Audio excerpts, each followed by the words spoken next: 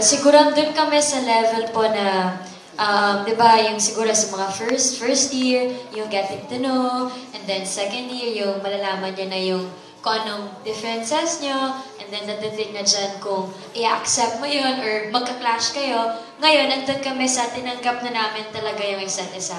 And parang, siguro next to my mom, si DJ yung talagang yung taong pinakakilala na talaga ako. And pag andyan siya, kaya ko talaga maging kung sino lang talaga ako. And alam ko na tatanggapin na yun. Kasi sa ilang taon na yun, na pag mas nakilala niya na ako.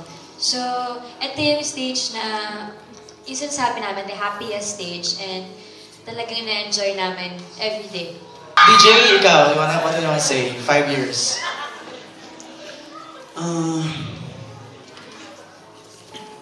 Yun nga, siguro nandun na kami sa stage na, di ba ngayon, like, lagi kaming pagod, lagi kaming stressed, and ando kami sa stage na basta pag-uusapan namin yung sitwasyon, and then kaming dalawa, okay na kami.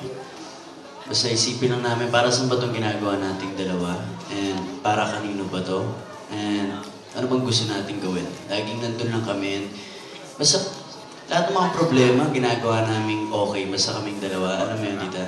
And siguro, yun nga, nandito kami sa pinakamasayang stage namin.